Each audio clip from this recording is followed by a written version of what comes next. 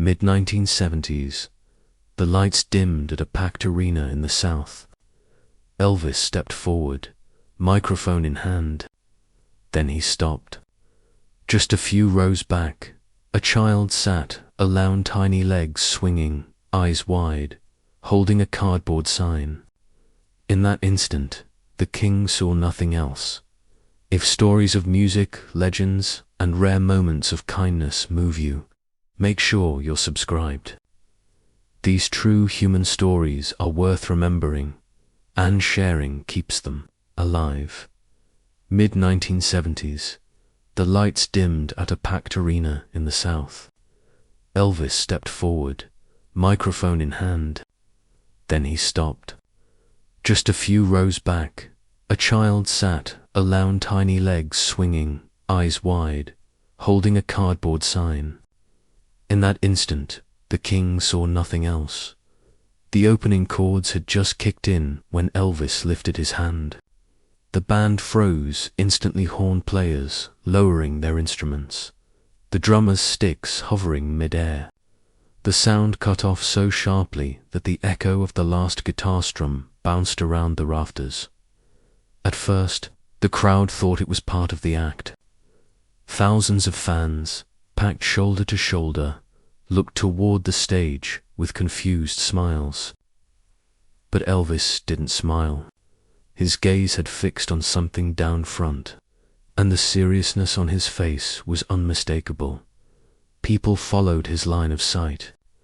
Just a few rows back, sitting alone in a sea of adults, was a child. A boy no older than 7 or 8. His legs dangled over the chair, not even reaching the ground. In his lap, a cardboard sign, letters hand-drawn in uneven marker.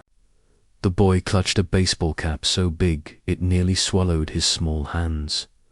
Witnesses recall the arena air shifting. Programs rustled. A cough cut through the silence. Ushers, standing by the aisles, exchanged nervous glances. Why was this boy here alone? Where were his parents? The spotlight operator, unsure at first, slowly drifted the beam in Elvis's direction, catching the child in the edge of the light. The cardboard sign glowed faintly, though no one could make out the words yet. The boy squinted up at Elvis, eyes wide, as if trying to decide whether to be afraid or overjoyed. Elvis leaned closer to the mic, but he didn't sing. His voice, when it came, was quiet, almost hesitant. Hold up, that was all. 18,000 people held their breath. The band members exchanged glances, waiting for the signal to resume, but Elvis didn't give it. He set the mic back on its stand. Then, with a deliberate step, he moved away from the spotlight's center. His boots echoed on the stage floor, heavy and slow. A sound carried clearly through the hushed dots. Some in the audience whispered, was something wrong? Was the king about to leave the stage? A ripple of tension spread, fans craning their necks, desperate not to miss what was happening. Down in the aisles, ushers shifted uneasily. They knew crowd control was delicate at the best of times. One wrong move could send people rushing forward. But Elvis didn't call for them. He didn't motion to security. He just kept his eyes locked on that small figure in the crowd. The boy fidgeted, pulling his oversized cap lower on his head. From the back, a woman called out, "Elvis, sing it, honey." But the sound died quickly. Nobody wanted to break the spell. Elvis reached the stage edge. For a moment, he stopped and rested his hand on the spotlight stand, scanning the rows as if searching for the boy's family. Nothing, just the child, still alone. A single camera flash went off, someone trying to capture what felt like history in the making. The light briefly illuminated Elvis's profile, sharp jaw, sweat catching under the heat of the lamps. Eyes narrowed with something that wasn't part of the show. Then, Slowly, he lifted one leg over the stage barrier.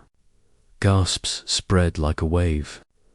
Elvis Presley was leaving the stage, and as he stepped down into the crowd, the arena fell into a silence so total you could hear the faint hum of the amps still plugged in behind him. Nobody knew if this was a brief interruption or the start of something no fan would ever forget. The arena held its breath as Elvis dropped from the stage, landing softly despite the weight of his white jumpsuit and jeweled belt. The spotlight followed, but now it seemed to narrow, chasing him as he moved down the aisle steps. Security guards reacted instantly. Two men in dark suits pushed forward, ready to form a protective wall. But Elvis lifted a hand without looking back. A silent command. "Stand down." The crowd gasped, then murmured in disbelief. No one expected him to come this close, not without layers of protection. But there he was, only feet away from fans who could reach out and touch him if they dared. He didn't stop for them.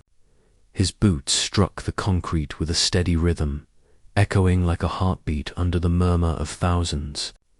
His eyes stayed fixed on the child. The boy froze in his seat. Witnesses recall his shoulders shrinking, as if he wasn't sure if he'd done something wrong. He gripped the brim of his oversized cap, pulling it low until only a sliver of his face showed beneath. Elvis bent down slowly, lowering himself to eye level. From the rafters, people couldn't hear, but those within a few rows caught the quiet words. Elvis's voice was softer than a whisper through the mic ever could be. "Where's your mum or dad?" The boy shrugged. His lips trembled, but the words came anyway. According to fans close by, he murmured something about being left or waiting. A few claimed he said his mother had gone to find help. Others remembered only that his voice cracked on the word alone. Elvis's brow furrowed. He reached up, tugging at the long white scarf draped around his neck, already damp from the heat of the lights. Slowly, deliberately, he lifted it off and wrapped it gently around the boy's shoulders. The arena erupted.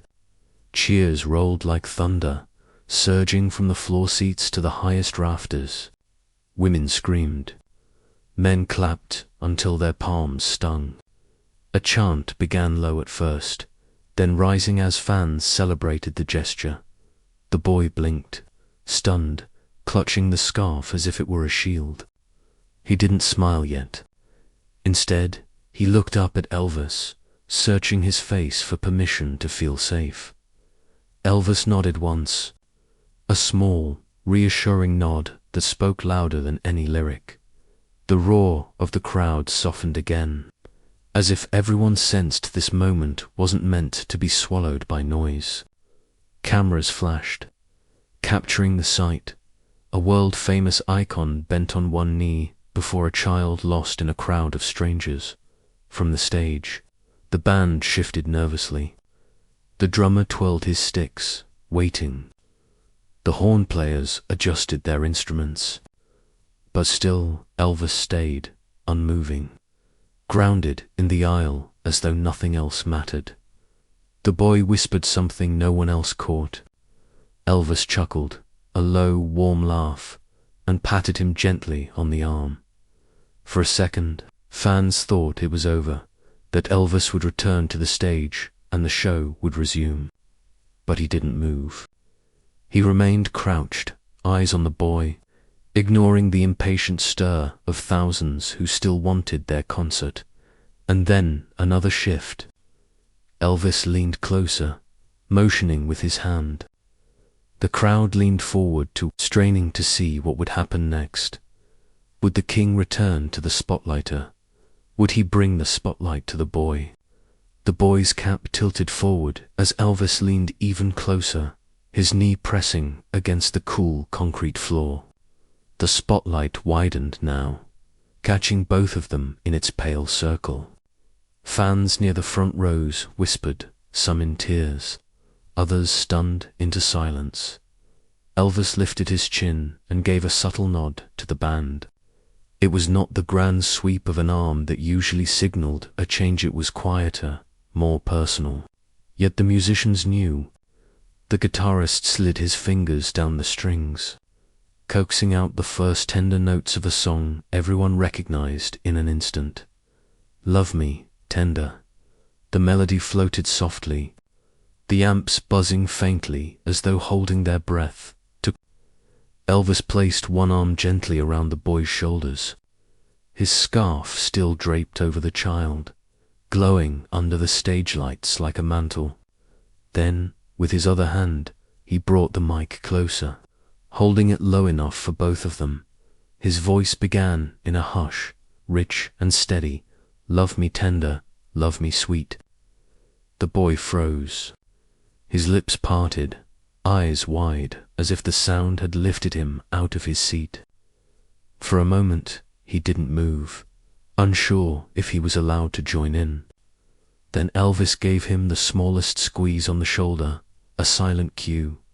The boy mouthed the words, not loud, not clear enough to carry beyond a few feet, but enough that the nearest fans saw and gasped. The king of rock and roll wasn't just singing to him. He was singing with him. By the second line, the crowd swayed. In the upper rows, thousands of tiny flames flickered, lighters held high, swaying with the rhythm. From the floor seats came the sound of muffled sobs, scarves raised like flags, eyes glistening in the light. Elvis sang the first stanza through, pausing just before the refrain. He tilted the microphone toward the boy, as if offering him the stage. The child's voice wavered, thin and fragile, but brave enough to carry one single word, love. The audience roared. They weren't cheering for Elvis this time. They were cheering for the boy. Elvis chuckled into the mic, low and warm, then finished the line for him, pulling the word into the melody as though it had always belonged there.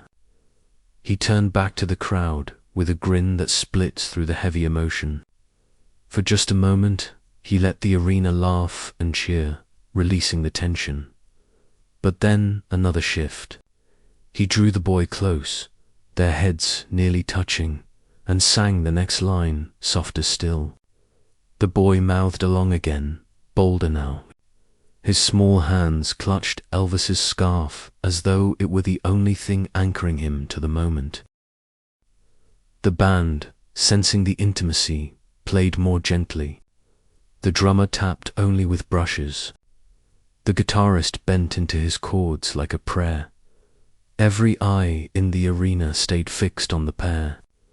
Witnesses later said you could feel the floor itself trembling, not from the instruments, but from the sheer force of 18,000 hearts beating in sync. And then, in a move no one saw coming, Elvis stopped mid.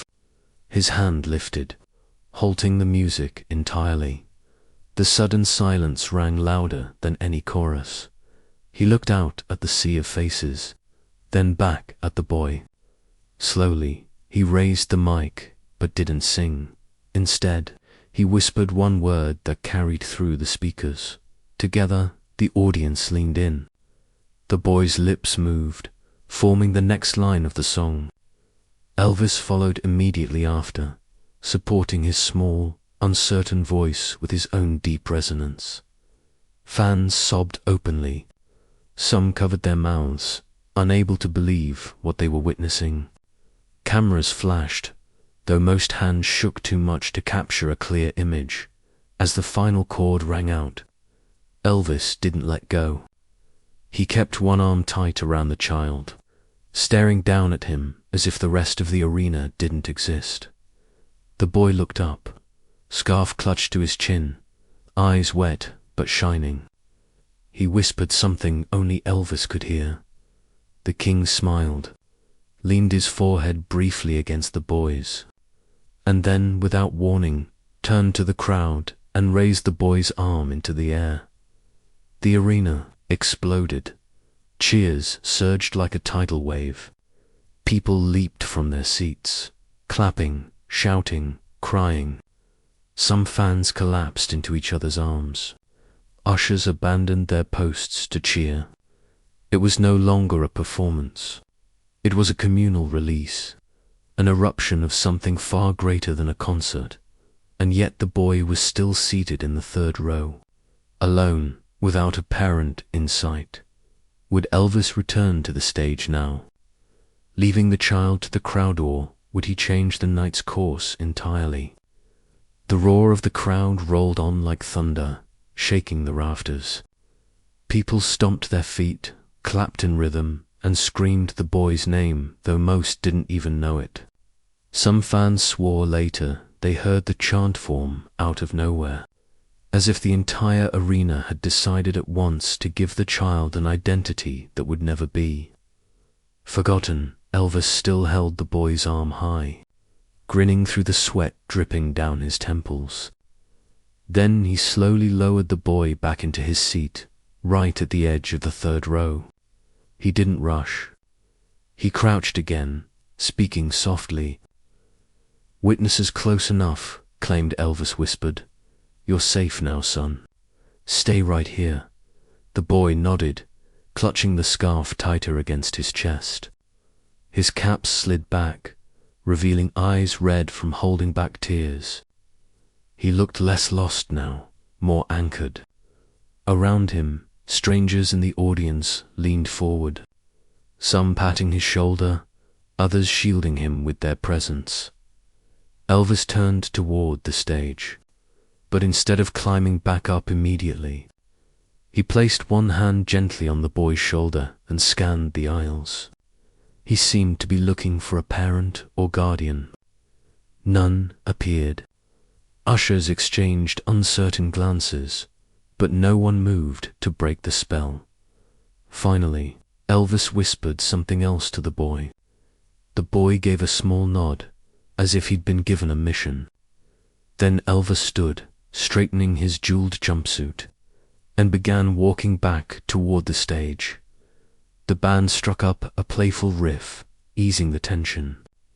But the crowd wasn't done. A chant erupted again, louder, faster, building like a wave elsewhere. Elvis. When he climbed back on stage, Elvis turned, extending his hand toward the child once more. With that simple gesture, he pulled the boy into the heart of the performance, even from the third row. The spotlight caught both of them, king and child, forever linked. Then came the twist no one expected. Elvis leaned into the mic and spoke, breaking the performance rhythm entirely. "This little man here's got more courage than most of us. He came all by himself tonight. But he's not alone now, is he?" The arena erupted into deafening cheers. Some fans sobbed. Others clapped so hard their palms stung. A wave of affirmation rolled through the venue, thousands of strangers uniting to tell a boy he belonged. Elvis gave a small wave of his hand, and the band began the next song. But he didn't sing immediately. Instead, he pointed the mic toward the crowd. They knew what to do.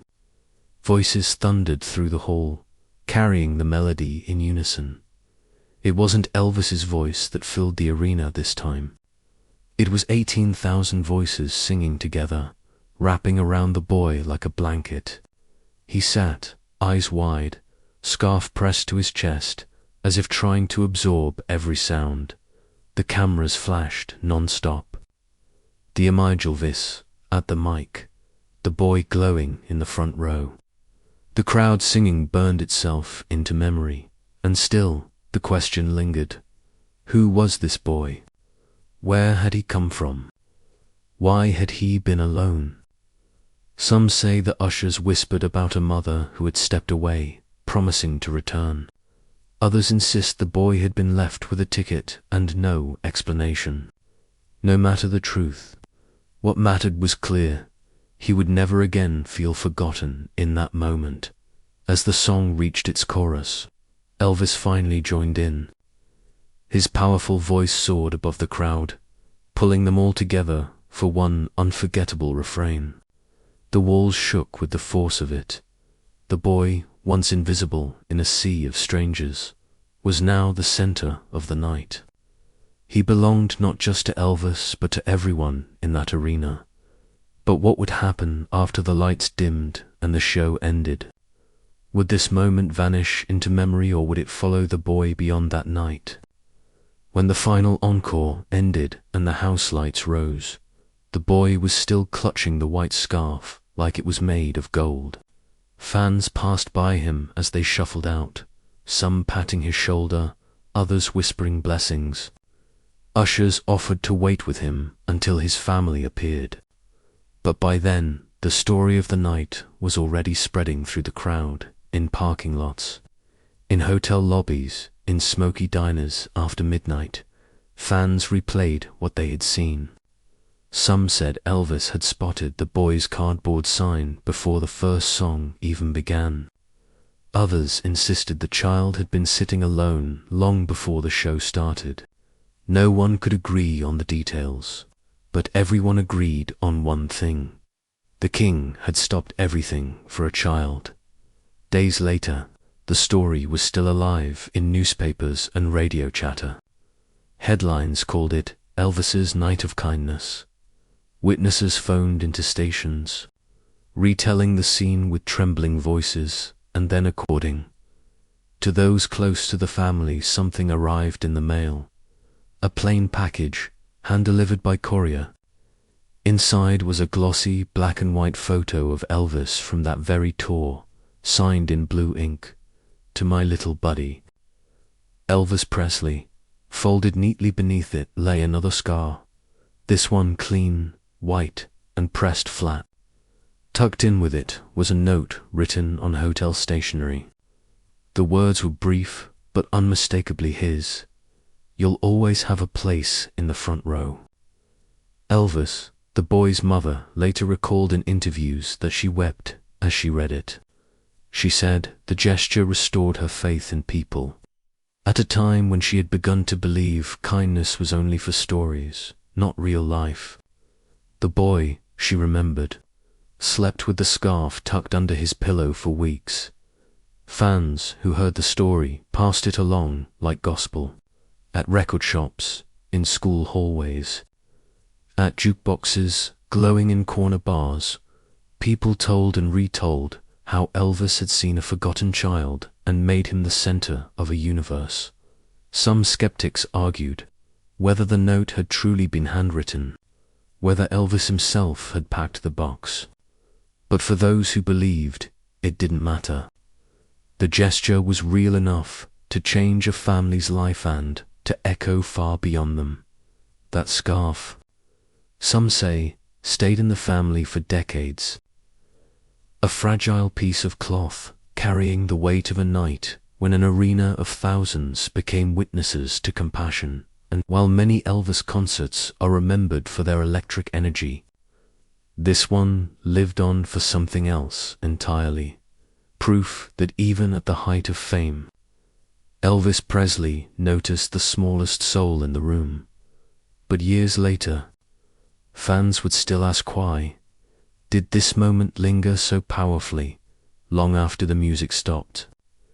Decades have passed since that night, yet fans still retell the story. Not because of the set list or the sold-out crowd, but because Elvis did something rare. He noticed.